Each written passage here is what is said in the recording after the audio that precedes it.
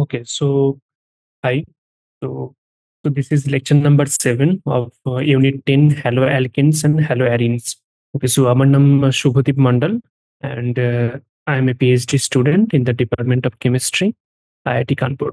So last lecture আমরা just SN1 এবং SN2 রিঅ্যাকশনের যে মেকানিজম, তার যে রিঅ্যাকশন ডাইনামিক্স বা ক্যারেক্টারিস্টিক্স, সেগুলো নিয়ে জাস্ট ডিসকাস করেছিলাম ইন ডিটেলে। ওকে, সো কিছু এক্সাম্পলও দেখেছিলাম যে এশিয়ান কোন কোন মানে আমরা যদি দুটো অ্যালকিল হ্যালাইড বা অ্যালকিল হ্যালোজেন কম্পাউন্ডের মধ্যে আমরা যদি কম্পেয়ার করি যে কোন কম্পাউন্ডের ক্ষেত্রে সাবস্টিটিউশন রিঅ্যাক্টিভিটি বেশি বা কম। তো তো আমরা দেখেছিলাম যে আমরা যদি এই রকমের অ্যালকিল হ্যালাইড ইউজ করি, মানে যেখানে হ্যালোজেন অ্যাটমটা প্রাইমারি কার্বনের সাথে যুক্ত আছে না সেকেন্ডারি কার্বনের সাথে যুক্ত আছে, তো মানে বেসিক্যালি স্টেরিক হিন্ড্রেন্স আমরা দেখি SN2 রিঅ্যাকশনের রিঅ্যাক্টিভিটি চেক করার জন্য। ওকে, তো যেমন এখানে ক্লোরিন অ্যাটমটা প্রাইমারি কার্বনের সাথে অ্যাটাচড ছিল, এবং এখানে ক্লোরিন অ্যাটমটা সেকেন্ডারি কার্বনের সাথে অ্যাটাচড হয়ে আছে। তার জন্য আমরা দেখেছিলাম যে এই দুটো হ্যালোজেন কম্পাউন্ডের মধ্যে SN2 রিঅ্যাক্টিভিটি এই হ্যালোজেন কম্পাউন্ডের বেশি। ওকে, কারণ এটা আমরা জানি যে SN2 রিঅ্যাকশনের ক্ষেত্রে আমরা যদি রিঅ্যাক্টিভিটি আমাকে চেক করতে হয়, তাহলে ফার্স্ট ক্রাইটেরিয়া হলো যে স্টেরিক হিন্ড্রেন্স, মানে যে কার্বনের সাথে কোনো হ্যালোজেন অ্যাটম অ্যাটাচড হয়ে আছে, মানে লিভিং গ্রুপ অ্যাটাচড হয়ে আছে, সেই কার্বনটাতেই তো মানে কোনো একটা নিউক্লিওফাইল এসে অ্যাটাক করবে এবং ওই লিভিং গ্রুপকে বাইরে বের করবে। তো ওই সেন্ট্রাল কার্বনের চারপাশে কতটা স্টেরিক হিন্ড্রেন্স আছে, মানে কত বাল্কি গ্রুপ আছে না ছোট ছোট গ্রুপ আছে, তার উপর ডিপেন্ড করবে যে নিউক্লিওফাইলটা ওই সেন্ট্রাল কার্বনের কতটা কাছে আসতে পারছে, মানে কতটা অ্যাপ্রোচ করতে পারছে, কতটা কাছে, এবং সেই অনুযায়ী তার অ্যাটাকটা অনেক বেটার হবে এবং তার রিঅ্যাক্টিভিটিটা হাই হবে। ওকে, তো বেসিক্যালি SN2 রিঅ্যাকশনের জন্য আহ, যদি হ্যালোজেন অ্যাটম প্রাইমারি কার্বনের সাথে অ্যাটাচড থাকে, তাহলে সেই কার্বনের স্টেরিক ইন্টেন্সিটি অনেকটা কম্পারেটিভলি কম হয়, তার জন্য SN2 রিঅ্যাকশনের রিঅ্যাক্টিভিটি বেটার হয়। এটা আবার লিভিং গ্রুপের এবিলিটির ওপরও ডিপেন্ড করে, মানে আহ, কোনো হ্যালোজেন অ্যাটম কত তাড়াতাড়ি as a leaving group break করে বেরিয়ে যেতে পারে। তো আমরা যদি আয়োডিন নিই, আয়োডিন, ব্রোমিন, ক্লোরিন এবং ফ্লোরিন, এদের মধ্যে যদি আমরা কম্পেয়ার করি, তাহলে দেখতে পাবো যে আয়োডিনের সাইজটা অনেকটা বড় compare to bromine, chlorine and then fluorine, তাই তো। তো কার্বন আয়োডিনের মধ্যে যে বন্ড হবে, তো কার্বনের যদি 2p হয়, আয়োডিনের হচ্ছে 5p, তো এদের মধ্যে যে বন্ড, এই বন্ডটা অনেকটা উইক, কারণ ঠিক করে অরবিটাল ওভারল্যাপটা হয় না। তো ধর এটা যদি কার্বন হয়, তো এটা আয়োডিন, তাই তো। তো এদের মধ্যে অরবিটাল ওভারল্যাপটা অনেকটা ভালোভাবে হয় না, তার ফলে সিআই বন্ড অনেকটা উইক। তো তার জন্য আয়োডিন খুব সহজে বেরিয়ে যেতে পারে অ্যাজ এ লিভিং গ্রুপ। তো এই লিভিং গ্রুপের এবিলিটির উপরও কিন্তু ডিপেন্ড করে যে SN2 রিঅ্যাকশনের রিঅ্যাক্টিভিটি বা SN1 রিঅ্যাকশনের রিঅ্যাক্টিভিটি। তো SN1 রিঅ্যাকশনের জন্য ফার্স্ট ক্রাইটেরিয়া হলো যে কার্বোক্যাটায়নের স্টেবিলিটি। কারণ কি, কারণ SN1 রিঅ্যাকশন কিন্তু একটা কমপ্লিটলি ডিফারেন্ট মেকানিজমের মাধ্যমে যায় as compare to SN2 reaction. কারণ SN2 রিঅ্যাকশন কি ছিল, ওয়ান স্টেপ রিঅ্যাকশন ছিল, মানে একটা সিঙ্গেল স্টেপেতেই রিঅ্যাকশনটা আমি রিঅ্যাক্ট্যান্ট থেকে প্রোডাক্ট পেয়ে যাচ্ছিলাম। ওকে, মানে এটা যদি রিঅ্যাক্ট্যান্ট হয় তো একটা সিঙ্গেল স্টেপেতেই আমি রিঅ্যাক্ট্যান্ট থেকে প্রোডাক্ট পাচ্ছিলাম। এটা SN2 রিঅ্যাকশনের জন্য। বাট ফর SN1 রিঅ্যাকশনের জন্য কি, এটা একটা টু স্টেপ প্রসেস। এটা একটা টু স্টেপ প্রসেস। ওকে, টু স্টেপ প্রসেস কেন? কারণ ফার্স্ট স্টেপে কি হয়, ফার্স্ট স্টেপ রিঅ্যাক্ট্যান্ট থেকে একটা ইন্টারমিডিয়েট কার্বোক্যাটায়ন জেনারেট হয়। ওকে, দেন সেকেন্ড স্টেপে ওই যে ইন্টারমিডিয়েট কার্বোক্যাটায়নটা জেনারেট হচ্ছে, সেখান থেকে এরপর নিউক্লিওফাইল অ্যাটাক করে প্রোডাক্ট আমি পাই। ওকে, তো এই SN1 রিঅ্যাকশনের রিঅ্যাক্টিভিটি দেখার জন্য আমাকে কার্বোক্যাটায়নের স্টেবিলিটি দেখতে হবে, মানে যে কার্বোক্যাটায়নের স্টেবিলিটি যত বেশি হবে, সেই রিঅ্যাকশনের রিঅ্যাক্টিভিটিটা তত ফাস্ট হবে। ওকে, তো এগুলো আমরা ডিটেলসে আগের লেকচারে দেখেছিলাম। তো আজ তো বেসিক্যালি বেসিক্যালি তো আমরা যদি কনফিগারেশন দেখি, মানে আজ আমরা আহ, যে হ্যালোজেন কম্পাউন্ড তার কনফিগারেশন নিয়ে ডিসকাস করবো। কনফিগারেশন মানে কি, যে কোনো একটা সেন্ট্রাল অ্যাটমের, মানে সেন্ট্রাল কার্বন অ্যাটমের চারদিকে যে চারটে বন্ড থাকবে, তো কারণ কার্বনের ভ্যালেন্সি 4, তো কার্বনের সাথে চারটে অ্যাটম বা চারটে গ্রুপ যুক্ত হয়ে থাকবে, বন্ড করে থাকবে। তো সেই অ্যাটম বা গ্রুপগুলো ওই কার্বনের চারপাশে 3D স্পেসে কিভাবে অ্যারেঞ্জড হয়ে আছে সেটাকে আমরা বলি তার কনফিগারেশন। ওকে, মানে এটা যদি সেন্ট্রাল কার্বন হয়, এই সেন্ট্রাল কার্বনের সাথে যে চারটে বন্ড সেটা কিভাবে অ্যারেঞ্জড হয়ে আছে 3D স্পেসে, সেটাই হচ্ছে তার কনফিগারেশন। ওকে, তো আজ আমরা কনফিগারেশন নিয়ে ডিসকাস করব। তো এখন ইম্পর্টেন্ট মানে ব্যাপার হচ্ছে যে এই যে আমরা নিউক্লিওফিলিক সাবস্টিটিউশন রিয়াকশন দেখলাম, যে আমরা যে এই SN1 বা SN2, এই যে সাবস্টিটিউশন রিয়াকশন এগুলো দেখলাম, এই দুটো কি, এগুলো হচ্ছে নিউক্লিওফিলিক সাবস্টিটিউশন রিয়াকশন। ওকে, তো এই যে দু ধরনের নিউক্লিওফিলিক সাবস্টিটিউশন রিয়াকশন পড়লাম ডিটেলসে, তাদের একটা ইম্পর্টেন্ট ক্যারেক্টারিস্টিক্স আছে এই দুটোর মধ্যে। তো যখন কোনো SN2 রিয়াকশন ঘটে, SN2 রিয়াকশনের ক্ষেত্রে কিন্তু যে কার্বনকে অ্যাটাচ করবে, মানে এটা তো ব্যাক সাইড অ্যাটাক করে, মানে যেখান থেকে লিভিং গ্রুপ বেরিয়ে যাচ্ছে তার অপোজিট সাইড থেকে কোনো নিউক্লিওফাইল এসে কার্বনকে অ্যাটাক করবে, তো ওটাকে বলা হয় ব্যাক সাইড অ্যাটাক, তাই তো। ব্যাক সাইড অ্যাটাক, যেটা কি opposite to the leaving group.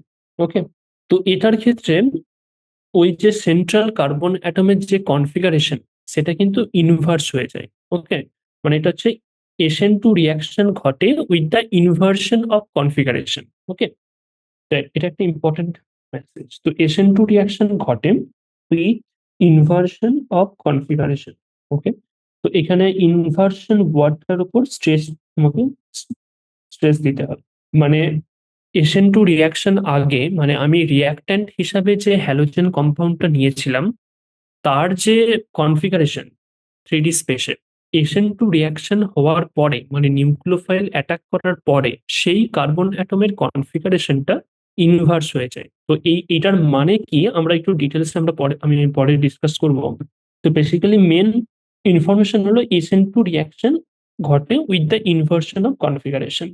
Okay, now but S N রিয়াকশনের ক্ষেত্রে কি হয়? SN1 রিয়াকশনের ক্ষেত্রে প্রথমে হ্যালোজেন অ্যাটমটা বাইরে বেরিয়ে চলে যায়, carbon carbon halogen bond break করে অ্যাজ এ লিভিং গ্রুপ হিসাবে হ্যালোজেন অ্যাটমটা বাইরে বেরিয়ে চলে যায়, তাই তো। দেন সেখানে একটা কার্বোক্যাটায়ন জেনারেট হয়। তো এখানে ফার্স্ট হচ্ছে জেনারেশন অফ কার্বোক্যাটায়ন। তো যখন এই কার্বোক্যাটায়ন জেনারেট হলো, তো দেন নেক্সট স্টেপে নিউক্লিওফাইল এই কার্বোক্যাটায়নে অ্যাটাক করে, নিউক্লিওফাইল এই কার্বোক্যাটায়নে অ্যাটাক করবে। ওকে, দেন সেখান থেকে আমি প্রোডাক্ট পাই। ওকে, তো এইভাবে SN1 রিয়াকশনের মেকানিজম, এইভাবে SN1 রিয়াকশনটা ঘটে।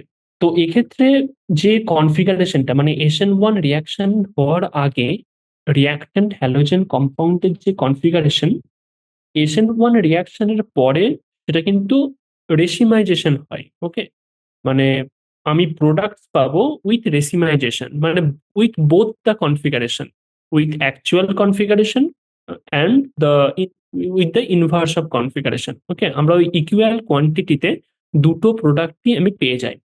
তো SN1 রিয়াকশন হওয়ার পর আমরা যে প্রোডাক্ট মিক্সচারটা পাই সেটাকে বলে রেসিমাইজেশন প্রোডাক্ট মিক্সচার। ওকে, এই এই এই ওয়ার্ডগুলো আমরা ডিটেলসে ডিসক্রাইব করব এক্ষুনি। তো SN1 রিয়াকশনের ক্ষেত্রে যেটা হয় সেটা হচ্ছে we get product mixture with racemization. Okay, তো এই দুটো ওয়ার্ড আমরা ডিটেলসে ডিসক্রাইব করব।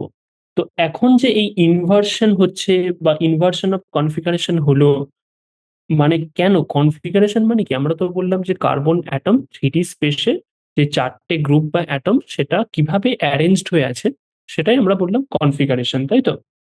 তো এখন এই SN2 রিয়াকশনের ফলে ওই কনফিগারেশনের ইনভার্স হলো, মানে ইনভার্সন অফ কনফিগারেশন নিয়ে আমি এক প্রোডাক্ট পাবো। আবার বললাম যে SN1 রিয়াকশনের জন্য আমি যে প্রোডাক্ট মিক্সচারটা পাবো সেটা একটা রেসিমাইজেশন প্রোডাক্ট মিক্সচার, মানে সেখানে নর্মাল নর্মাল বা অ্যাকচুয়াল কনফিগারেশনও থাকবে, প্লাস সেখানে ইনভার্স কনফিগারেশনও থাকবে। ওকে, এটাকে বলা হয় রেসিমাইজেশন প্রোডাক্ট মিক্সচার। তো এটা কেন, মানে এটা এটা এটা কি জিনিস? তো এই নিয়ে জানতে গেলে, মানে এই নিয়ে জাস্ট এই দুটো ওয়ার্ডের মানে আমাকে যদি বুঝতে হয়, inversion of configuration and racemization এর মিনিং কি, তাহলে আমাকে অপটিক্যাল অ্যাক্টিভিটি বা স্টিরিও আইসোমার সম্পর্কে একটু ডিসকাস করতে হবে বা জানতে হবে। ওকে। মানে basic concepts of optical activity, chirality. Okay, basic concepts of optical activity and stereo isomer. Okay, now optical activity general, মানে এটা আবার কি জিনিস অপটিক্যাল অ্যাক্টিভিটি? তো এটার মানে এটা এটা এটা কিভাবে জেনারেট হয়? তো সেটার জন্য আমাকে প্লেন পোলারাইজড লাইট এর কনসেপ্ট দেখতে হবে। মানে what is plane polarized light? Plane polarized light and optical activity. Okay, তো এটা এটা কি জিনিস? তো অপটিক্যাল অ্যাক্টিভিটি মানে এটা থেকে আমরা বুঝতে পারছি যে এটা লাইটের সাথে কোন একটা রিলেশন আছে। মানে যেহেতু আমরা বলছি অপটিক্যাল অ্যাক্টিভিটি, মানে কোনো একটা রিয়াকশন বা কোনো একটা মলিকুলার অ্যাক্টিভিটিটা, সেটা অপটিক্স মানে লাইটের সাথে রিলেটেড। ওকে, তার জন্য এটাকে আমরা বলছি অপটিক্যাল অ্যাক্টিভিটি। তো লাইটের সাথে রিলেশন, এবং সেখানে আমরা ওয়ার্ড ইউজ করছি প্লেন পোলারাইজড লাইট। এটা এটা মানে কি, এটা কেন? তো বেসিক্যালি লাইট লাইট আমরা যে জানি, লাইট হচ্ছে একটা ইলেকট্রোম্যাগনেটিক ফিল্ড, তাই তো? মানে সেটা কি আছে, ইলেকট্রিক ফিল্ডও আছে এবং সেখানে ম্যাগনেটিক ফিল্ডও আছে। এই দুটো ফিল্ডের কম্বিনেশন হচ্ছে লাইট। ওকে, নাও যে কোনো লাইট বা ইলেকট্রিক ফিল্ডের বা ইলেকট্রোম্যাগনেটিক ফিল্ডের দুটো পোলারাইজেশন, সেটা আমরা জানি যে সেই আহ মানে ক্লকওয়াইজ পোলারাইজেশন অথবা আবার অ্যান্টি ক্লকওয়াইজ পোলারাইজেশন, সেগুলো আমরা জানি, তাই তো? তো এই যে দুটো পোলারাইজেশন, তো এখানে আমরা যে প্লেন পোলারাইজ লাইট ইউজ করছি, এটা মানে হচ্ছে যে লাইটটা কোনো একটা পার্টিকুলার প্লেনে, কোনো একটা পার্টিকুলার প্লেনে তার ইলেকট্রিক ফিল্ড ভেক্টরটা ওরিয়েন্ট করে আছে। ওকে, সেটাকে আমরা বলবো প্লেন পোলারাইজড লাইট।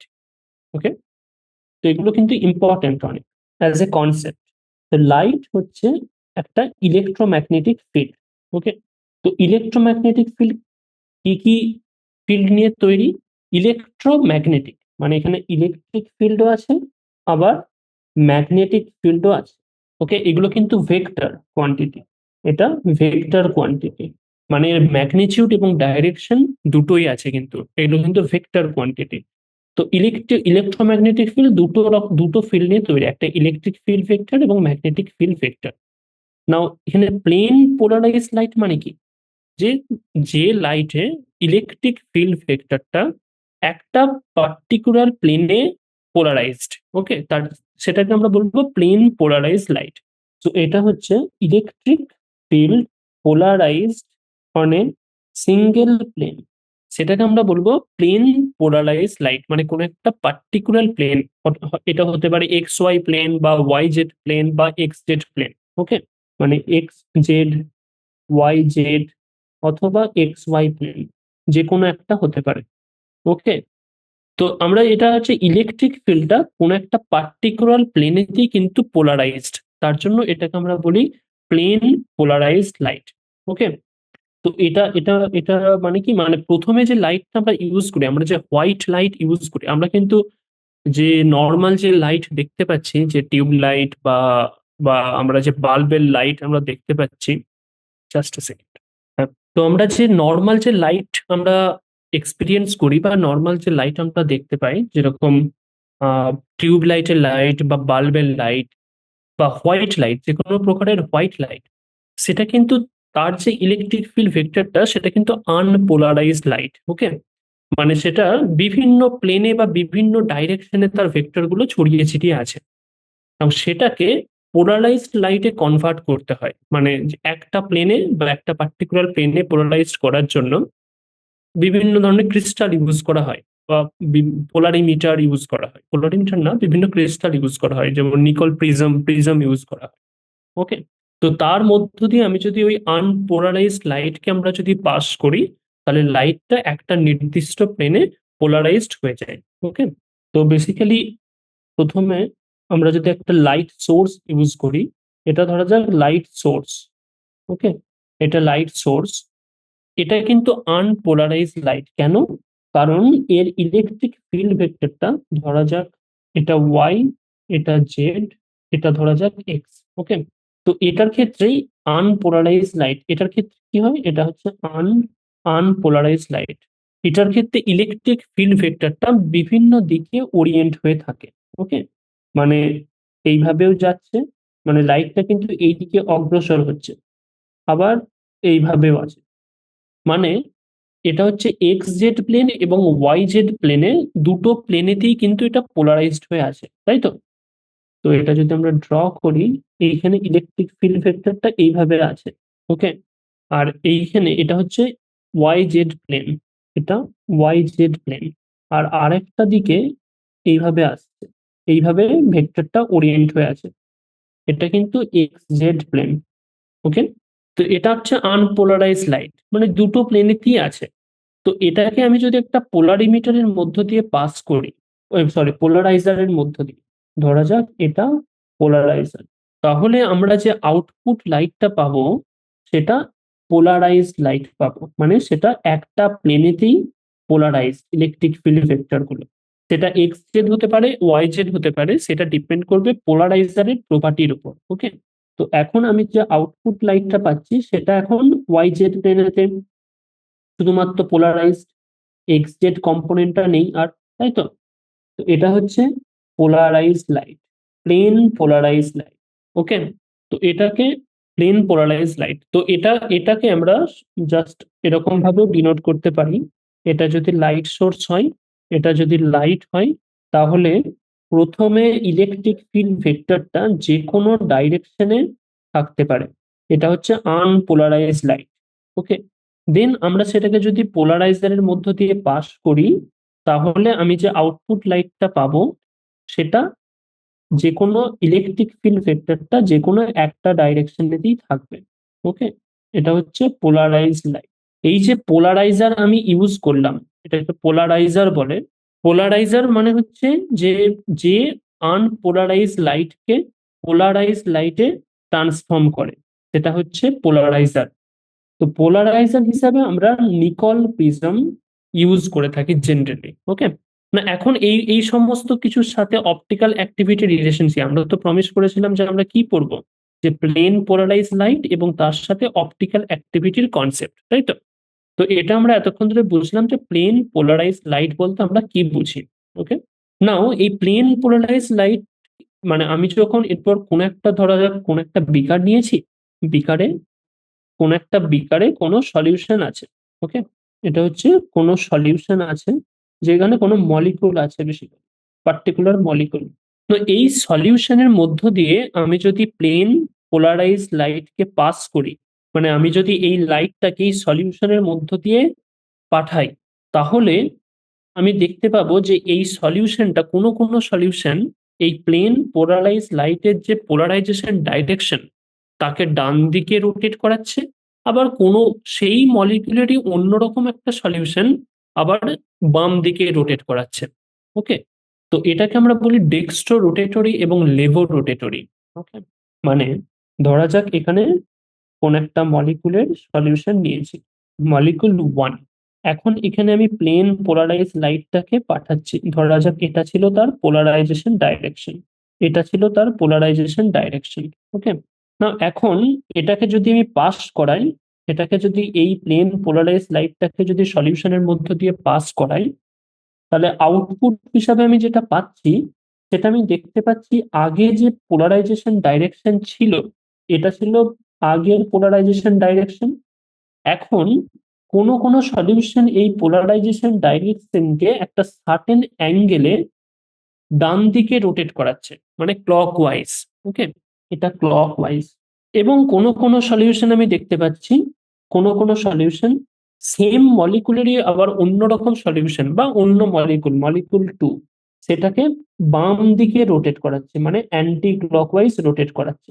এটা ছিল অরিজিনাল ডাইরেকশন এবং সেটাকে একটা সার্টেন অ্যাঙ্গেলে অ্যান্টি ক্লকওয়াইজ রোটেট করাচ্ছে। তো যে মলিকুলগুলো ক্লকওয়াইজ রোটেট করাচ্ছে পোলারাইজেশন ডাইরেকশনকে, সেই মলিকুলকে আমরা বলবো যে ডেক্সট্রো রোটেটরি রোটেশন বা ডি ফর্ম। ওকে, আবার যে মলিকুল বা এটা হতে পারে কিন্তু একই মলিকুলের অন্যরকম সলিউশন, কোনো একটা ডান ক্লকওয়াইজ রোটেট করছে, আবার কোনোটা অ্যান্টি ক্লকওয়াইজ রোটেট করছে। তো যারা ক্লকওয়াইজ রোটেট করছে সেটাকে আমরা বলি ডেক্সট্রো রোটেটরি রোটেটরি ডেক্সট্রো রোটেটরি বা ডি ফর্ম বা প্লাস, এদেরকে প্লাস সাইন দিয়ে রিপ্রেজেন্ট করা হয়। আর যারা অ্যান্টি ক্লকওয়াইজ রোটেট করছে তাদেরকে আমরা বলি লেভো রোটেটর বা এল ফর্ম, এদেরকে মাইনাস দিয়ে ডিনোট করা হয়। তো যে সমস্ত মলিকুল এই প্লেন পোলারাইজ লাইটকে তার পোলারাইজেশনের ডাইরেকশনকে ক্লকওয়াইজ রোটেট করাবে অথবা অ্যান্টি ক্লকওয়াইজ রোটেট করাবে, তাদেরকে আমরা বলবো ডেক্সট্রো রোটেটরি কম্পাউন্ড বা লেভো রোটেটরি কম্পাউন্ড রেসপেক্টিভলি। এবং সেই সমস্ত মলিকুলগুলোকে আমরা বলি অপটিক্যালি অ্যাক্টিভ মলিকুল। আর যে সমস্ত মলিকুলার সলিউশনের মধ্য দিয়ে আমি যদি প্লেন পোলারাইজ লাইট পাস করি, তাহলে যদি পোলারাইজেশন ডাইরেকশনের কোনো চেঞ্জ বা কোনো রোটেশন না হয়, তাহলে আমরা সেটাকে বলবো যে সেটা হচ্ছে অপটিক্যালি ইনঅ্যাক্টিভ কম্পাউন্ড। ওকে, তো যে সমস্ত মলিকুল কোন একটা পোলারাইজেশন ডাইরেকশনকে, মানে তাদের মধ্যে দিয়ে আমি যদি প্লেন পোলারাইজ লাইট পাস করি, তাহলে যে পোলারাইজেশন যে ডাইরেকশন সেটাকে ক্লকওয়াইজ বা অ্যান্টি ক্লকওয়াইজ রোটেট করাচ্ছে কোনো অ্যাঙ্গেলে, রোটেশন বাই সার্টেন অ্যাঙ্গেল। ওকে, তাদেরকে আমরা বলি অপটিক্যালি অ্যাক্টিভ মলিকুল।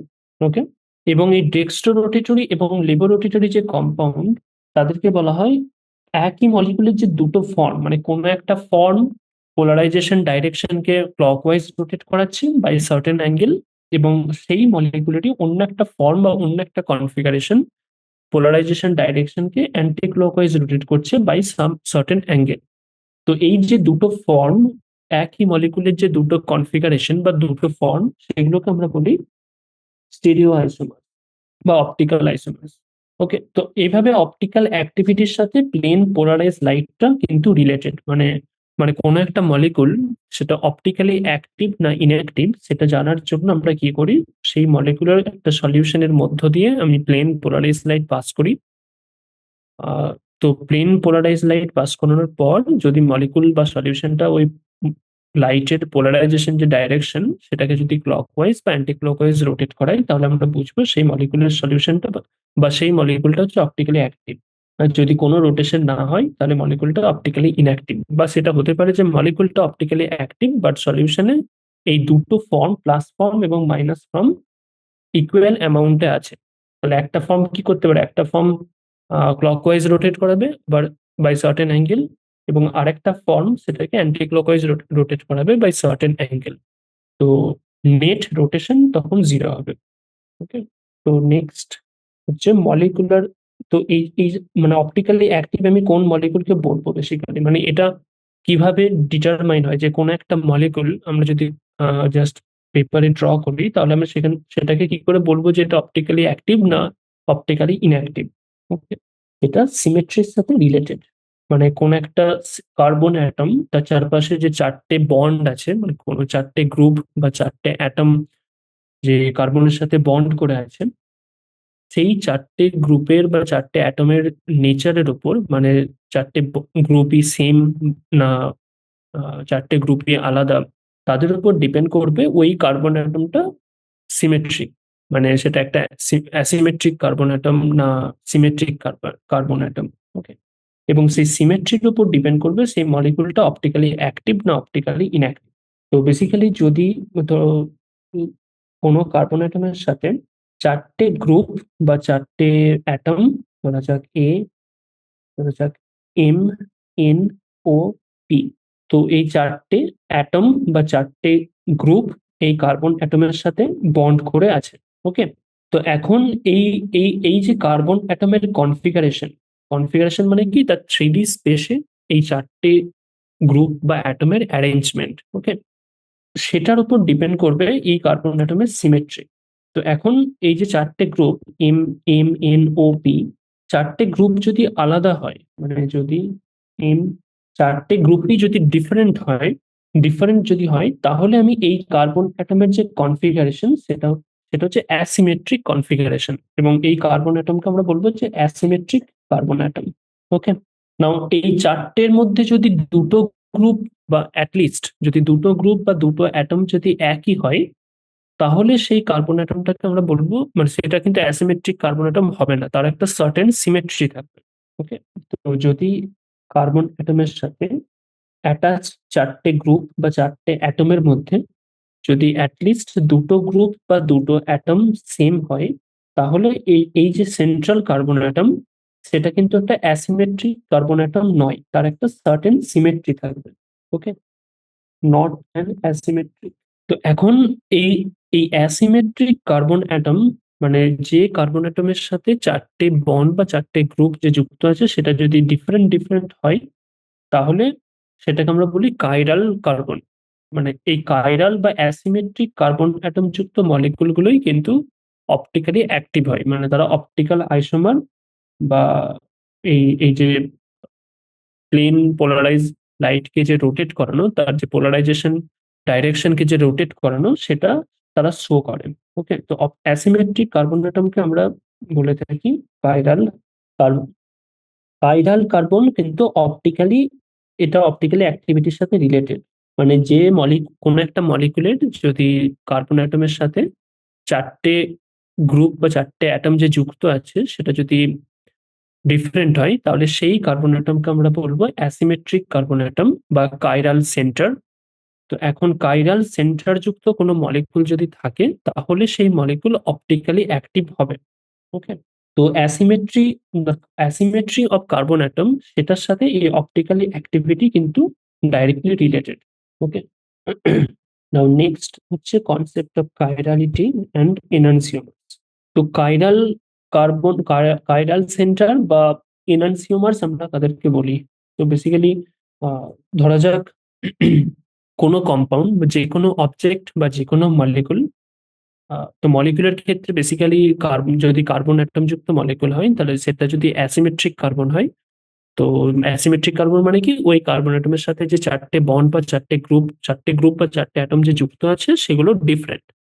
তো অ্যাসিমেট্রিক কার্বন অ্যাটম যুক্ত কোনো মলিকুল যদি থাকে, তাহলে সেই কার্বন অ্যাটমটাকে আমরা বলি কাইরাল সেন্টার। তো ইন জেনারেল কাইরাল কম্পাউন্ড বা কাইরাল অবজেক্ট বলতে আমরা কি বুঝি, যে কোনো একটা অবজেক্ট, তার যদি আমরা মিরর ইমেজ নিই, তাহলে মিরর ইমেজটা যদি এরপর, মানে মিরর ইমেজ নেওয়ার পর যে আমি অবজেক্টটা পেলাম, সেটা যদি অরিজিনাল অবজেক্টের উপর আমি যদি সুপার ইম্পোজ করি, মানে একে অপরের উপর আমি যদি বসিয়ে দিই, তাহলে যদি মিরর ইমেজটা অরিজিনাল অবজেক্টের সাথে যদি সুপার ইম্পোজ না করে, তাহলে সেটাকে আমরা বলবো কাইরাল অবজেক্ট। ওকে, এবং ওই যে দুটো কনফিগারেশন পাচ্ছি, মানে তার যে একটা অরিজিনাল কনফিগারেশন এবং তার মিরর ইমেজ নেওয়ার পর যে কনফিগারেশন, সেই কনফিগারেশন দুটোকে আমরা বলি এনানসিওমার্স। ওকে, ইন জেনারেল কাইরালিটি মানে কি, যে কোনো অবজেক্ট যদি সেটাকে কোনো একটা অবজেক্টের মিরর ইমেজ যদি তার অরিজিনাল অবজেক্টের সাথে সুপার ইম্পোজ না করে, মানে একে অপরের উপর যদি না বসে, ফিট না হয়, that cannot be superimposed on its mirror image, তাহলে সেটাকে আমরা বলবো কাইরাল অবজেক্ট। ওকে, নাও ওই অরিজিনাল কনফিগারেশন এবং তার মিরর ইমেজ নেওয়ার পর যে কনফিগারেশনটা পাচ্ছি, তো এটা যদি অবজেক্ট, যদি এটা এ বি সি কোন একটা অবজেক্ট হয় এবং এটা যদি মিরর হয়, তো সেখানেই পাচ্ছি সি বি এ। ওকে, তো এই যে এই দুটো অবজেক্ট, এটা যদি অবজেক্ট ওয়ান এবং এটা যদি অবজেক্ট টু হয়, তো এই দুটো অবজেক্ট ওয়ান এবং অবজেক্ট টু কে আমরা বলি এনানসিওমার্স, যদি তারা একে অপরের সাথে সুপার ইম্পোজ না হয়। তো ইফ নট সুপার ইম্পোজেবল। ওকে, তো এনানসিওমার্স কিন্তু একটা অপটিক্যাল আইসোমার্স বা স্টিরিও আইসোমার্স। তো ফর এক্সাম্পল কি কাইরাল, জাস্ট আমাদের ডে টু ডে লাইফে মানে সব থেকে কমন এক্সাম্পল কি, just our left hand and right hand, right? মানে তো আমাদের যদি লেফট হ্যান্ড দেখি এবং লেফট হ্যান্ডের যদি মিরর ইমেজ নিই এবং সেটা যদি আমরা রাইট হ্যান্ডের সাথে, মানে লেফট হ্যান্ডের ওপর যদি সেটা সুপার ইম্পোজ করানোর ট্রাই করি, তাহলে দেখবো যে একে অপরের সাথে সেটা সুপার ইম্পোজ করছে না। ওকে, তো তো বেসিক্যালি আমাদের লেফট হ্যান্ড এবং রাইট হ্যান্ডের যে কম্বিনেশন, সেটা হচ্ছে একে অপরের এনানসিওমার্স, বা এটা হচ্ছে কাইরাল অবজেক্ট। বা কম্পারেটিভলি আমরা যদি একটা কিউব বা একটা স্ফিয়ার নিই, তো ধরা যাক একটা পারফেক্ট কিউব নিলাম।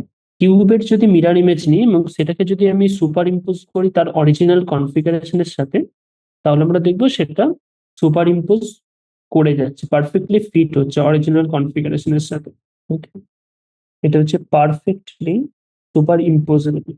এটা এটা এটা এই দুটো অবজেক্টকে মানে কিউব কিন্তু কাইরাল হবে না, মানে যেহেতু তার মিরর ইমেজ তার অরিজিনাল কনফিগারেশনের সাথে সুপার ইম্পোজ করে যাচ্ছে, তার জন্য কিউব নট এ কাইরাল। ওকে, তো মলিকুলার পার্সপেক্টিভে, তো ফার্স্ট কোন একটা মলিকুল, যে মলিকুলটা আমাকে দিয়েছে, জাস্ট সেই মলিকুলে আমি দেখবো যে কোনো অ্যাসিমেট্রিক কার্বন আছে কিনা, মানে বা কোনো কাইরাল সেন্টার আছে কিনা। মানে যে কার্বন অ্যাটমের সাথে চারটে গ্রুপ, চারটে অ্যাটম যদি ডিফারেন্ট ডিফারেন্ট থাকে, তাহলে সেটাকে আমরা বলবো কাইরাল সেন্টার বা asymmetric carbon centre. Asymmetric carbon যদি থাকে, তাহলে সেই মলিকুলকে আমরা বলবো কাইরাল। দেন সেটা এনানসিয়ামার শো করবে কিনা সেটা দেখার জন্য ফার্স্ট তার মিরর ইমেজ নিয়ে, সেই মিরর ইমেজ নেওয়ার পর যে আমি কনফিগারেশনটা পেলাম, সেটা অরিজিনাল কনফিগারেশনের সাথে সুপার ইম্পোজ করে আমাকে দেখতে হবে। যদি সেটা সুপার ইম্পোজ করে যায়, তাহলে সেটা কাইরাল অবজেক্ট নয়, মানে এনানসিওমার হবে না। বাট যদি সেটা সুপার ইম্পোজ না করে, তাহলে তারা ওই অবজেক্ট দুটো বা ওই কনফিগারেশন দুটো একে অপরের এনানসিওমার্স, এবং কম্পাউন্ডটা বা মলিকুলটা হচ্ছে কাইরাল। ওকে, তো এটার যে প্রসিডিওর, ফার্স্ট হচ্ছে find and asymmetric or chiral carbon centre. এটা যদি ইফ ইয়েস হয়, যদি আমি কাইরাল সেন্টার বা অ্যাসিমেট্রিক কার্বন সেন্টার ফাইন্ড করে নিই, তাহলে সেটা মিরর ইমেজ নিতে হবে ওই কনফিগারেশনের। ওকে, না, থার্ড স্টেপটা, যদি সেটা মিরর ইমেজ নেওয়ার পর যে আমি কনফিগারেশনটা পেলাম, সেটা যদি সুপার ইম্পসিবল হয়, মানে একে অপরের সাথে যদি ফিট হয়, তাহলে ইফ সুপার ইম্পসিবল, দেন সেটা নট নট এ কাইরাল।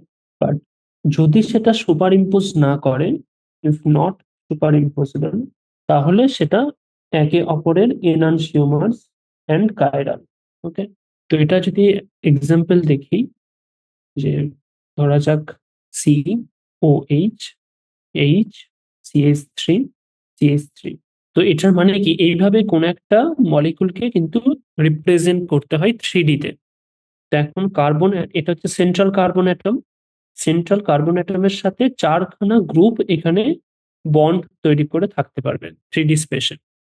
তার মধ্যে কি হবে, কার্বন অ্যাটমটা একটা sp3 হাইব্রিডাইজড। তো sp3 হাইব্রিডাইজড মানে এটা হচ্ছে, এটার যে জিওমেট্রি হবে সেটা হচ্ছে টেট্রাহেড্রাল। টেট্রাহেড্রাল মানে তার যে দুটো গ্রুপ বা দুটো বন্ড কার্বন অ্যাটমের সাথে একই প্লেনে থাকবে। ওকে, তো এইখানে যেরকম এইচ এবং ও এইচ গ্রুপ বা অ্যাটম একটা প্লেনে আছে। ওকে, তো যে অ্যাটম দুটো বা যে গ্রুপ দুটো প্লেনে আছে, সেটাকে আমরা সলিড লাইন দিয়ে রিপ্রেজেন্ট করব। দেন আরো দুটো বন্ড এখনো আছে, আরো দুটো গ্রুপ আছে। একটা গ্রুপ এরপর ওই প্লেনের অ্যাবাভ দ্য প্লেন, মানে ওই প্লেনের ওপরে থাকবে, মানে টুয়ার্ডস ইউ, মানে যে আমি যেভাবে দেখছি আমার পার্সপেক্টিভ থেকে, আমার চোখের সামনে একটা গ্রুপ থাকবে মানে অ্যাবাভ দ্য প্লেনে, আর আরেকটা জাস্ট ফার্দার ফ্রম ইউ, মানে জাস্ট আমার পার্সপেক্টিভ থেকে, আমার মানে এটা হচ্ছে প্লেনের পেছনের দিকে থাকবে। ওকে, তো যে গ্রুপটা অ্যাবাভ দ্য প্লেন আছে, সেটা কিরকম সলিড ওয়েজ লাইন হিসাবে ডিফাইন করা, রিপ্রেজেন্ট করা হয়। আর যে গ্রুপটা বিলো দ্য প্লেন আছে, সেটাকে জাস্ট এই ড্যাশড ওয়েজ লাইন হিসাবে রিপ্রেজেন্ট করা হয়।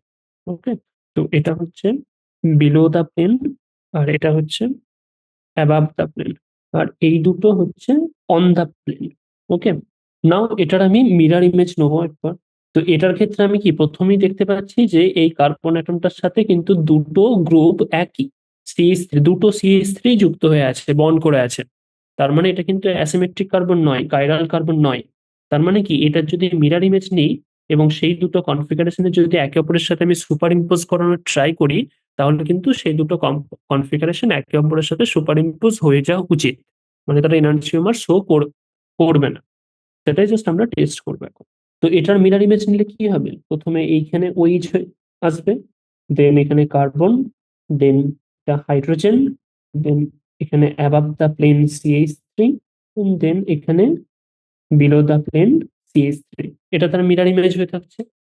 নাও কোনো মিরার ইমেজ নেওয়ার পর সেটাকে সুপার ইম্পোজ করানোর জন্য আমরা কি করি, এদের যে প্রিন্সিপাল অ্যাক্সিস মানে এই অ্যাক্সিসের রেসপেক্টে আমি এটাকে 180 ডিগ্রি রোটেট করাই, তবেই তো আমি সেটা সুপার ইম্পোজ করাতে পারবো না। এবার কোনো একটা জিনিসকে 180 রোটেট করানো মানে তার কনফিগারেশন সেম থাকবে, সেটা কিন্তু আনচেঞ্জড। মানে জাস্ট অন দা প্লেনে আমরা 180 রোটেট করাচ্ছি। ওকে, মানে জাস্ট এইটাকে আমি যদি ধরি তাহলে জাস্ট এইভাবে নিয়ে রোটেট করেছি, তাহলে এইটা এইদিকে চলে আসছে এবং এই গ্রুপগুলো এই দিকে চলে আসছে। কিন্তু আসার সময় যে অ্যাবাভ দা প্লেন আছে সে বিলো দা প্লেন চলে যাচ্ছে, এবং যে বিলো দা প্লেন আছে সে কিন্তু অ্যাবাভ দা প্লেন চলে যাচ্ছে। জাস্ট এটা ভিজুয়ালাইজ করতে হবে একটু। মানে আমরা যদি জাস্ট কোনো মলিকুল দুটো গ্রুপ অন দা প্লেন আছে, একটা বিলো দা প্লেন আছে, একটা অ্যাবাভ দা প্লেন আছে, সেটাকে জাস্ট একটা এন্ড ধরে আমি জাস্ট এইভাবে 180 ডিগ্রি রোটেট করাচ্ছি।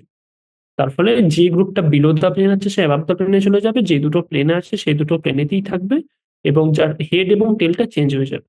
ওকে, তো এটাকে জাস্ট আমি যদি কোনো অ্যাক্সিসের রেসপেক্টে না, এটা জাস্ট আউটসাইড দ্য অ্যাক্সিস, মানে আমি জাস্ট পেজটাকে যদি রোটেট করাই, মানে আমি ধরা যাক এটা একটা পেজে লিখেছি, তো এই পেজটাকে আমি 180 রোটেট করাচ্ছি।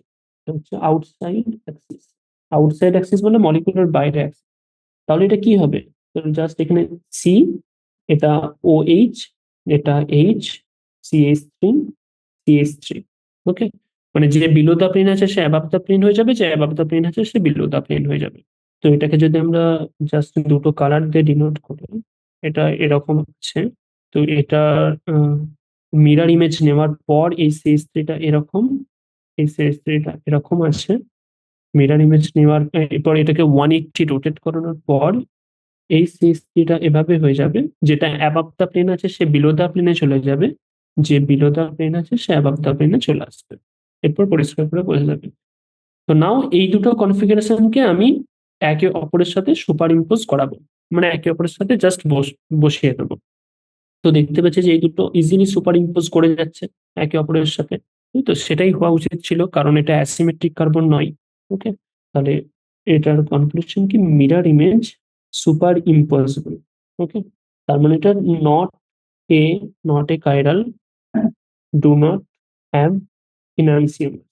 ওকে, নাও নেক্সট এক্সাম্পল যদি দেখি, যে যার যদি কোনো কার্বন অ্যাটমের সাথে চারটে গ্রুপই ডিফারেন্ট থাকে, মানে যদি সেটা অ্যাসিমেট্রিক কার্বন অ্যাটম হয়, মানে ধরা যাক প্রথমে এখানে সি আছে, এটা OH, এখানে H, অ্যাবাভ দা প্লেনে ধরা যাক এটা C2H5 আছে, এবং বিলো দা প্লেনে ধরা যাক CH3 আছে। তো এটাকে আমরা মিরার ইমেজ নেবো। তো এটাকে যদি কালার দিয়ে আমরা ডিফাইন করি, ধরা যাক এটা CH3টা বিলো দা প্লেন এবং C2H5টা অ্যাবাভ দা প্লেন, OHটা অন দা প্লেন। তো এটাকে মিরার ইমেজ নিলে জাস্ট এখানে OH, এটা C, এটা H, এবং এটা অ্যাবাভ দা প্লেনে এখনো C2H5 থাকবে, এবং বিলো দা প্লেনে CH3 থাকছে। ওকে, এটা C2H5, এটা CH3। ওকে, নাও এটাকে আউটসাইড দ্য অ্যাক্সিস আমি 180 রোটেট করাচ্ছি, just to superimpose with each other. Okay, তো এটাকে জাস্ট ভিজুয়ালি আমি যদি রোটেট করাই, মানে মেন্টালি আমি যদি রোটেট করাই, জাস্ট এখানে সি, এটা OH হয়ে যাচ্ছে, এখানে H থাকছে, কারণ এই দুটো অন দা প্লেনে ছিল।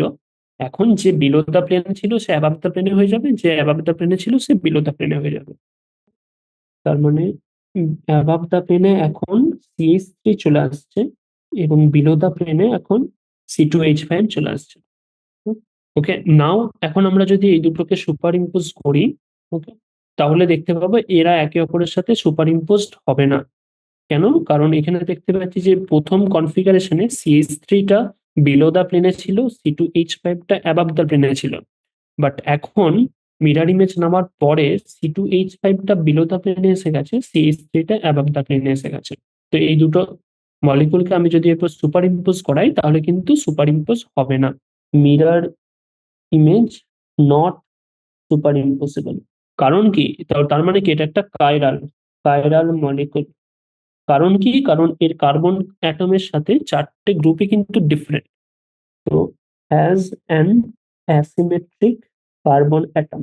এবং এই দুটো যে মলিকুল, এটা যদি মল 1 করি এবং এটা যদি মল 2 লিখি, তো এই দুটো কনফিগারেশন মল 1 এবং যে মল 2 সেটা হচ্ছে এনানসিওমার্স। ওকে, কেন? কারণ হচ্ছে এদের মিরর ইমেজ দুটো নন সুপার ইম্পোজেবল, একে অপরের সাথে সেটা সুপার ইম্পোজ করছে না। ওকে, তার মানে এটা অপটিক্যালি অ্যাক্টিভ, এটা কিন্তু ওই প্লেন পোলারাইজ লাইটকে কিন্তু বাম দিকে বা ডান দিকে রোটেট করাতে পারবে।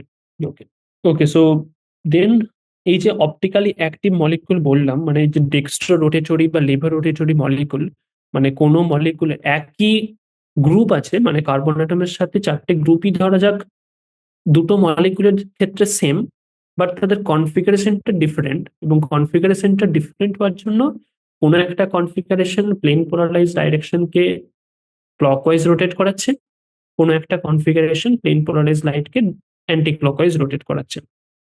তো যেহেতু তাদের কনফিগারেশন, মানে যেহেতু তাদের অ্যারেঞ্জমেন্টটা, যেহেতু তাদের গ্রুপ, যে অ্যাটম বা গ্রুপগুলো সেগুলো সেম, মানে মলিকুলার ফর্মুলাটা সেম, তাদের অ্যারেঞ্জমেন্টটাও সিমিলার, বাট জাস্ট কনফিগারেশনটা ডিফারেন্ট। তো তার জন্য তাদের যে ফিজিক্যাল প্রপার্টিস সেগুলো কিন্তু সেম থাকে, মানে মেল্টিং পয়েন্ট, বয়লিং পয়েন্ট, এগুলো কিন্তু সেম হয়। বাট তারা, যাদের তাদের যে অপটিক্যাল অ্যাক্টিভিটিটা সেটা কিন্তু জাস্ট ডিফারেন্ট হয়, মানে কোনো কনফিগারেশন ক্লকওয়াইজ রোটেট করাচ্ছে প্লেন পোলারাইজ লাইটকে, কোনো একটা মলিকুল অ্যান্টি ক্লকওয়াইজ রোটেট করাচ্ছে প্লেন পোলারাইজ লাইটকে। ওকে, মানে এই যে এনানসিওমার্স, এনানসিওমার্স কিন্তু তাদের ফিজিক্যাল প্রপার্টিজ, যেমন মেল্টিং পয়েন্ট, বয়েলিং পয়েন্ট, এগুলো কিন্তু সেম। কারণ তাদের কি গ্রুপ বা অ্যাটম গুলো কার্বন অ্যাটমের সাথে যেগুলো অ্যাটাচড হয়ে আছে সেগুলো কিন্তু সেম, তাদের molecular formula same, molecular formula সেটা কিন্তু সেম। ওকে, বাট তাদের অপটিক্যাল অ্যাক্টিভিটিটা ডিফারেন্ট, অপটিক্যাল প্রপার্টিজ। কোনো কনফিগারেশন, কোনো একটা এনানসিওমার সেটা প্লাস মানে ক্লকওয়াইজ রোটেট করাবে, কোন একটা এনানসিওমার মাইনাস মানে অ্যান্টি ক্লকওয়াইজ রোটেট করাবে।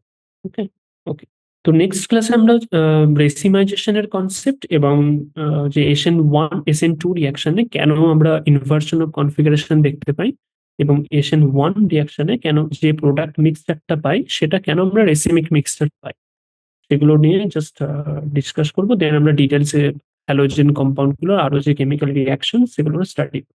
ওকে, so yeah, that's it, thanks for joining.